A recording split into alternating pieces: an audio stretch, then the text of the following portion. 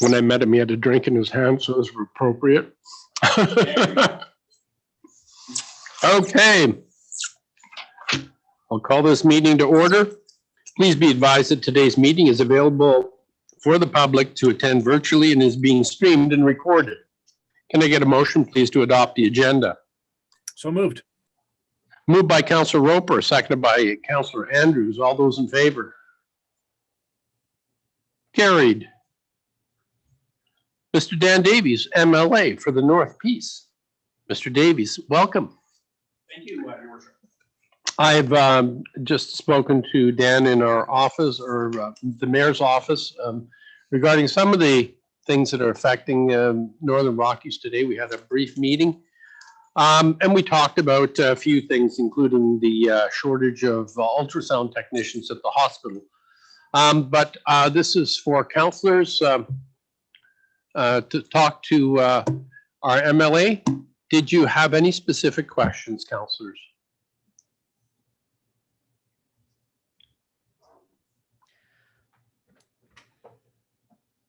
Councillor Gerwing. Dan, can you turn your mic on though, please? Great. There we are. So I guess I'm interested, not knowing what you spoke about with the mayor earlier. So if it's different or if it's redundant, then forgive us. But what are you hearing out and about on your travels regarding healthcare in the region? Yeah, well, I mean, you and I, we've had this discussion along with councils throughout the entire region. We understand there's obviously an issue, shortage of the professional staff we need. This has been something that I've been brought forward to Minister Dix since I've been elected into this role. It's not just a Fort Nelson issue. This is a northern rural remote issue, attracting the personnel we need. Understand, up here, we've ultrasound is an issue right now. The mayor and I spoke briefly about that.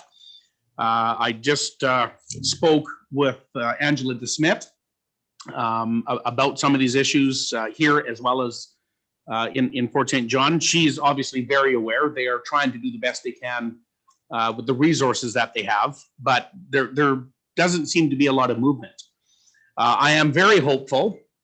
This September is supposed to be the first cohort of nurses through the nursing program in Fort St. John. So that very exciting news to hear that. However, this is just the start. So, we have 2 years before we're going to start seeing nurses coming out of that program. But I think that is a little bit of light at the end of the tunnel in regards to training people locally to become nurses who are more than likely to stay locally. And we've seen that the ACOPE program for teachers, we've seen most teachers that go through that program locally are staying here. And it is, I know it's expected to hear that, the same numbers with nurses. So I think that is going to be a big benefit. But certainly in the meantime, we are on an uphill battle with the government, as well as with Northern Health, to try and deliver the services that we need up here. And I've been saying this forever. I mean, all we want is the same level of care that you would get in Vancouver. And we're not getting that. We would never expect, whether we talk maternity or ultrasound or cancer care, people that live in Northern Rockies do not have the same access that you would living in a larger urban center. And, unfortunately, we're even penalized when we do try and have to go to Prince George or Fort St. John, because that is predominantly out of your pocket. And it's something that I've been pushing. I've mentioned it to Minister Dix, every budget debate we've had, and I will be mentioning it again when the budget estimates come this spring. So I wish I did have a clear answer, but we are just continually having to lobby and push the government to get these services that we know we need. So I guess I'm not looking to you for answers, Dan. I'm just wondering if, guess I was just trying to understand if you're hearing anything different as you travel throughout the region. Like, we know what our reality is. And I mean, I'm on the NCLGA Healthcare Committee, so that's an exciting initiative that really spoke to me to say that our problems are not unique to Northern Rockies, but I'm not hearing, any examples of any innovation of of anything, except for we all continue to tell our heartbreaking stories that just continue to amass and get worse and worse and worse and worse. But yeah, so I guess I was just wondering if you are hearing any examples of innovation or any solutions at all. Because in addition to, like, I feel that Northern Health really states that it's a shortage of this or it's a shortage of that. But I think the problem is far more complex. For example, when you determine years ago that we don't need a local ultrasound tech, and so you tie that 0.3 ultrasound tech with a position in Dawson Creek, and then 5 years later, you change your story to say, well, nobody's interested in coming up here. Well, we told people that at the beginning of this whole change. So I just feel like we go around and around and around and around. And I was just wondering if you've seen any innovation or anything different. Yeah, and I've been hearing the same stories over and over again from all the communities in the north, not just here in the region, but across the province. It is the long old argument. I mean, it's attracting the people, it's retaining the people, and that is, we need to be innovative, and I'm not seeing those innovative ways coming forward yet. I think the one good thing though is that nursing program that's going to be happening up here. That is a great bonus for all of us up here. But again, that's just one little piece. Did the mayor or Kim share with you what council has recently voted on contracting with someone to be a healthcare advocate for Northern Rockies? No. Oh, okay.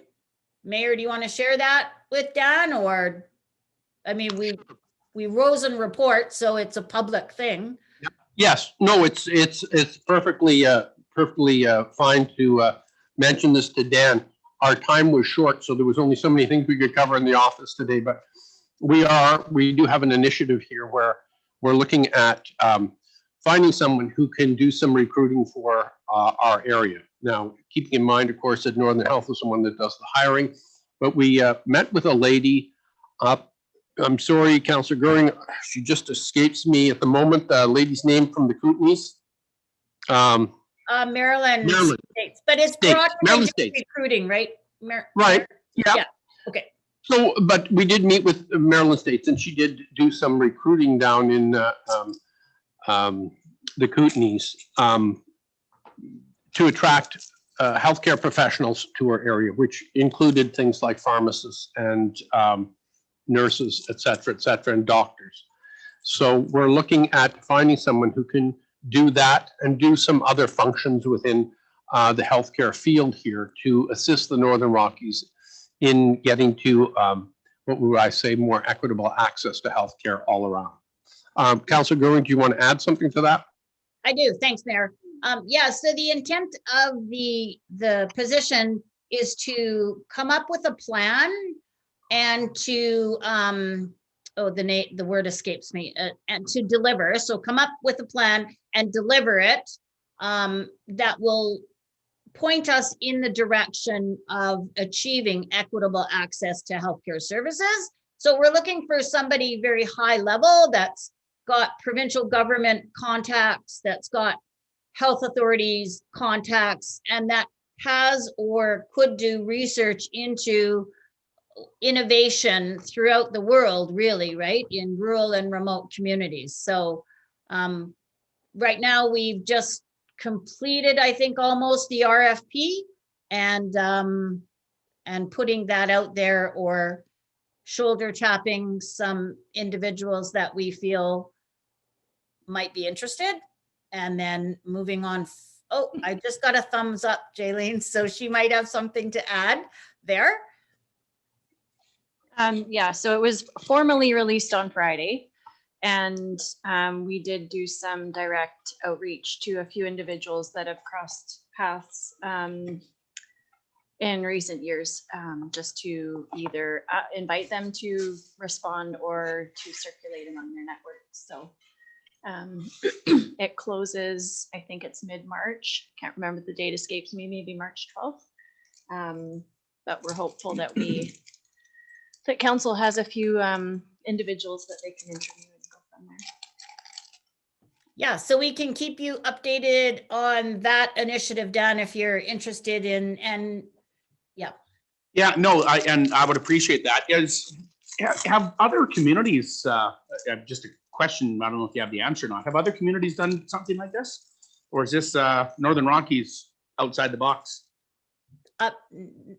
If I may, Mayor? Go ahead, Councillor Goring. Yeah, to my knowledge, no other communities have done this. Councillor Roper and I were driving back from NCLGA AGM in, where were we, 100 Mile or something? And somewhere on the road, yep. yeah, there you go. We were on the road and we were, you know, as people do, brainstorming, and this idea was formed. And so we've been working towards it for the past couple of years and have recently been successful, and feel that it's a great opportunity for our community to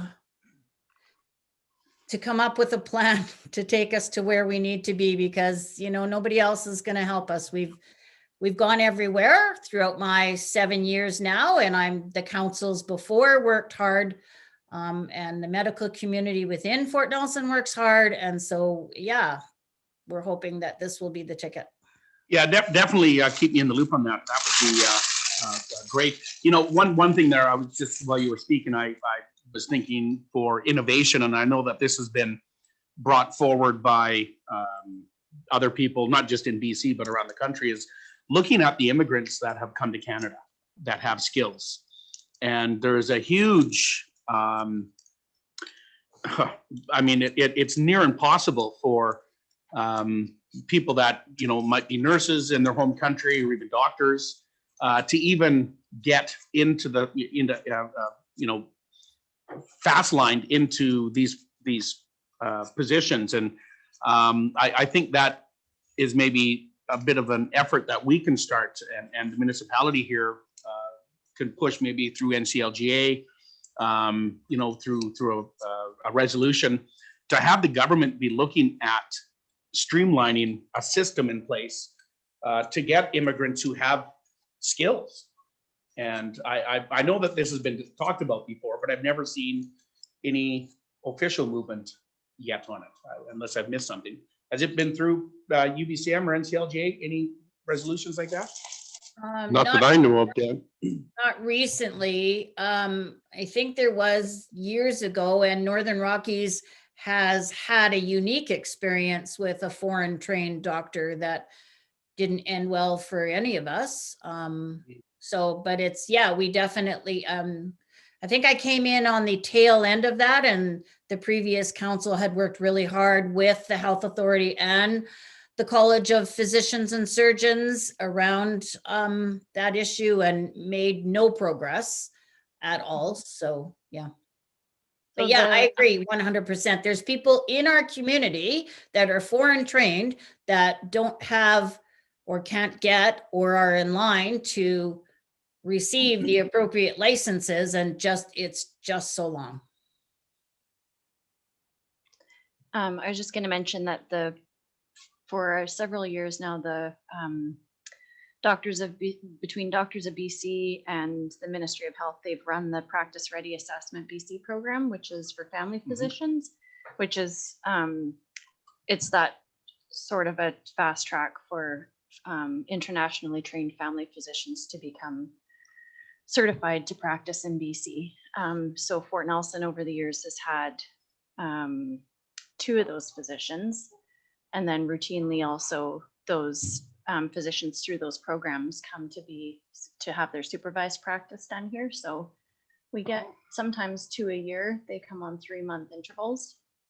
When Councillor Dolan and I a couple of years ago met with Ministry of Health staff at UBCM and just asked the question, you know, from our view, the PRABC program is a success for family physicians, but was there ever a consideration to have a similar program for GPs with specialties? Because that seems to be a really difficult area to recruit to. And he said that it wasn't intended to be necessarily a pilot program, but they were deeming the PRABC program as that, and that they were looking at developing a next stream to qualify GP surgeons, GPs, any GPs with specialties. But I mean, there's an argument as well for nurses or other health professionals. Any of those folks that are internationally trained, there aren't avenues for them. And it's very, very time consuming. I know our HSA at the hospital has talked a lot about trying to get the equivalencies, and it can take years for even nurses just to get accredited in BC. So, yeah. Thanks. Councillor Andrews? Oh, sorry. Okay. Councillor Roper, did you have any questions for Dan? Yes, I do. Mr. Davies, we're having a really big issue with overdoses and the toxic drug supply. I'm just wondering if there's any initiatives or anything on the horizon to help with this. It's been very devastating to our communities here, and I know a lot of other places. So I'm just wondering what work is being done right now to alleviate this situation. Yeah, I mean, it's an issue across the province. Of course, we just saw the numbers recently, the highest ever, 2020 for overdose deaths from illicit drugs. So it is absolutely a public health crisis that we're in right now. We've been, our critic of health, Renee Merrifield, I know has been in communication. I know that we have, of course, we're going into the legislature here in 2 weeks. I'm sure that this is going to be a big topic of of interest that we will be bringing forward, probably via question period and motions and such.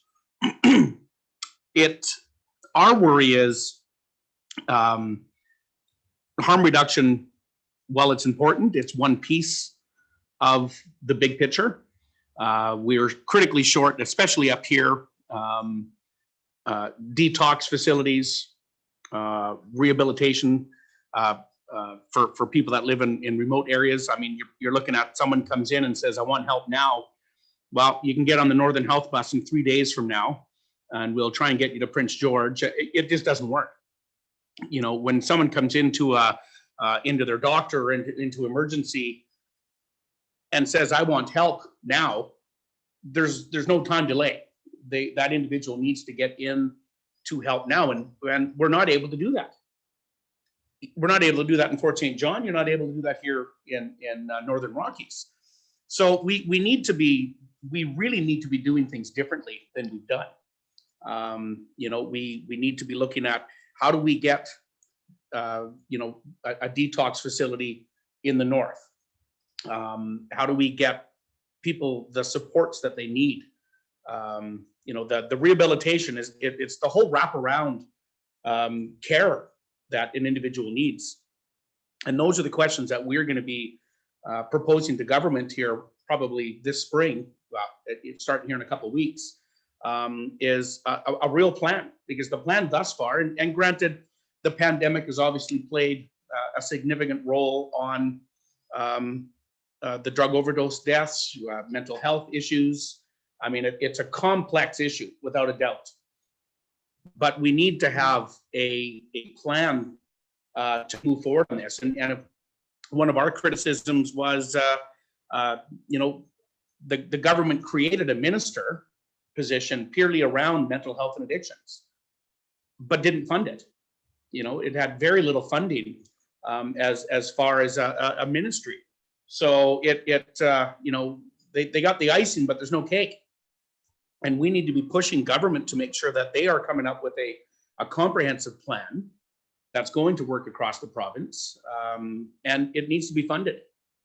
And what that looks like, well, we're going to have to keep pushing to make sure that there are facilities. There's a transportation network that does reach out to our communities. Transportation, you almost lost your airline here in Fort Nelson. The service, BC Bus, Northern Health Connections is a minimum service. It doesn't work, for what we need. We need to be looking at all of these pieces and making sure government is hearing. So it is a big issue. It's a pandemic in itself, a public health crisis, and they need to get on this right now. Thank you very much. Any other questions for Mr. Davies? Very well. Hearing none, I will ask for a motion to adjourn. Sorry, Mayor, may I just say something? Sure, go right ahead.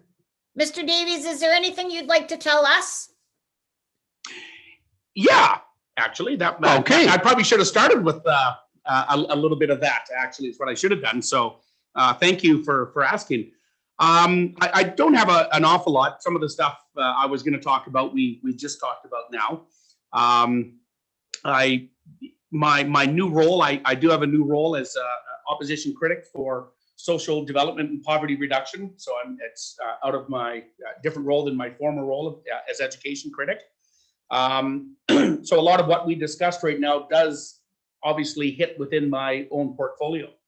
And it's people's well-being, and it's an incredibly large and diverse portfolio. I mean, you can imagine all the social service providers that are throughout the province, from provincial funded to the not-for-profit sector, all fall under social development.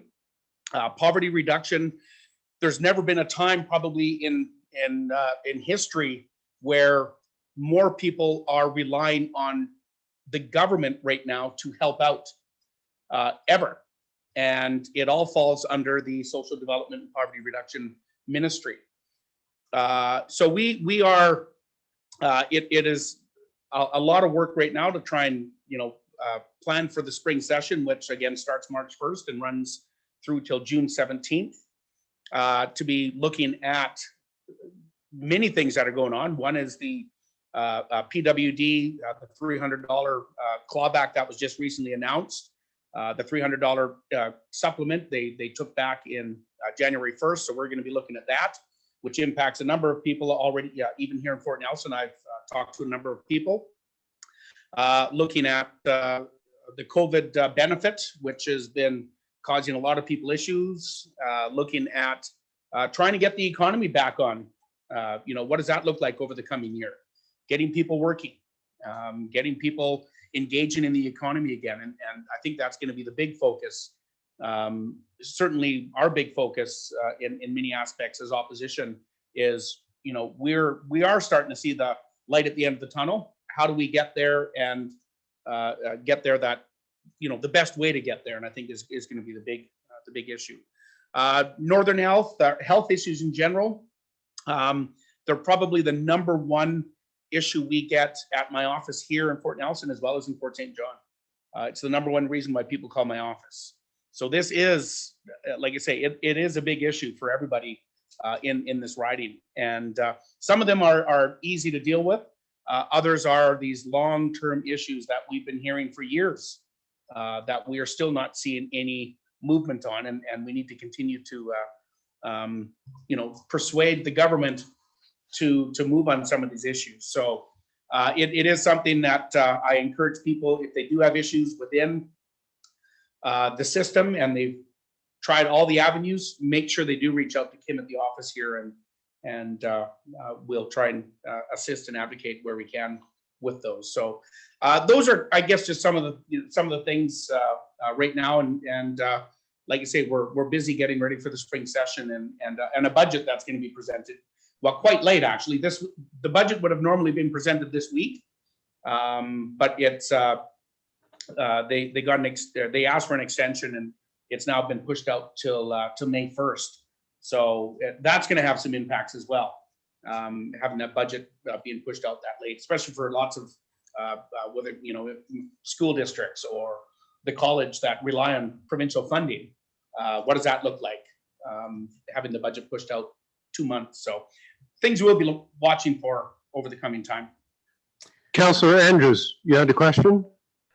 I was just going to make a comment that it sounds like a very, I don't know, it's kind of sad that there's a trend of negative towards Northern Health. It seems like that seems to be our biggest issue with anybody who has to deal with them. There's not a lot of good things to be said about them. Like, to me, that's the biggest issue. Well, and I think it's, I want to be clear as well.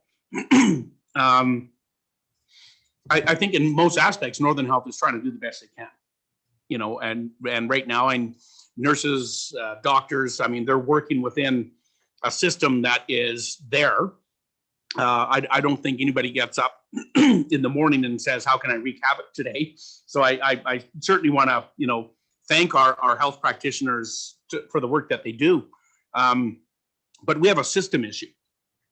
Yeah, in no way was I talking about the people practicing. Like, they're all, anybody I've dealt with is great, but definitely the Northern Health system. Well said.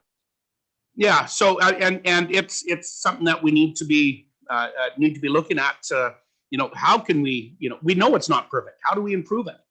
How do we look at the other health authorities? One complaint that I get, it seems like each of the health authorities work in their own little world, and there's this cross communication doesn't seem to happen, or you hear one health authority does this great, but this health authority doesn't. As a provincial issue, there should be some really standardized pieces in there. And we don't have to reinvent the wheel. We can look at different jurisdictions around the world that deliver healthcare a lot better than we do.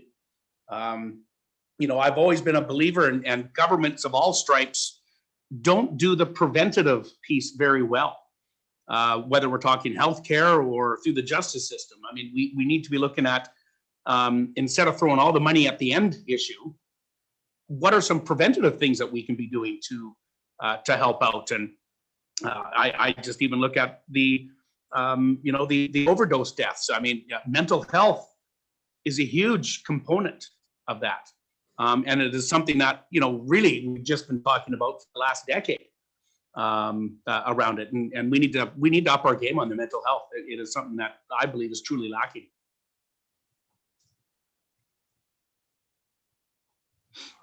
Any more comments? Councillor Gerwing.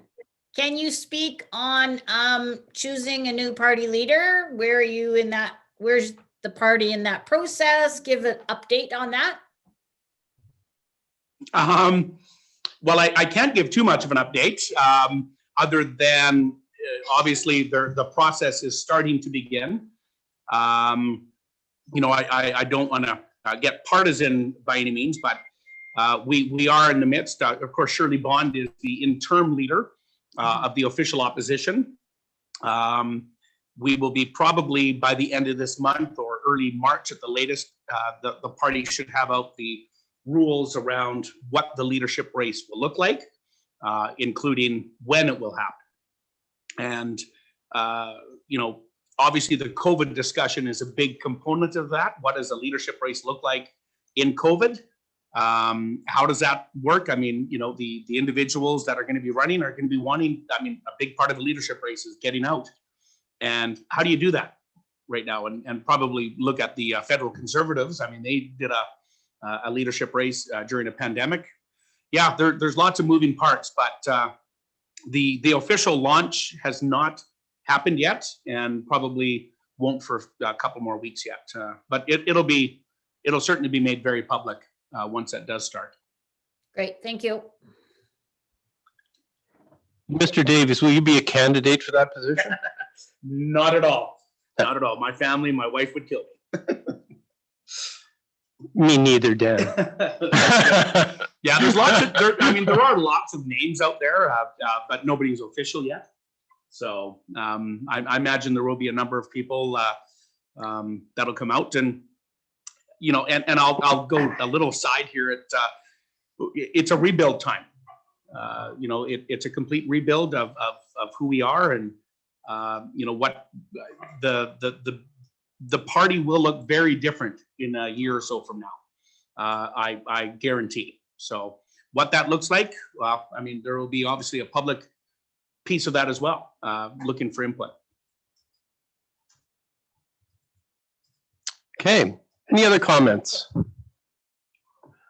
Okay, one last thing, I did want to thank our MLA, Dan Davies, and Michael Lee, his colleague, who is the Liberal critic for transportation, for their work on ensuring that we didn't lose CMA service to Fort Nelson. Or, you know, we were down for 2 weeks, but that was a long shot, a long way from 6 months. So really appreciate Dan and Michael Lee's work on that file, as well as many, many others. Okay, hearing nothing else, I'll ask for that motion to adjourn. Thank you. Moved. Moved by Councillor Roper, seconded by Councillor Andrews. All those in favor? Carried, and we are adjourned. Thanks very much, Dan, for being here.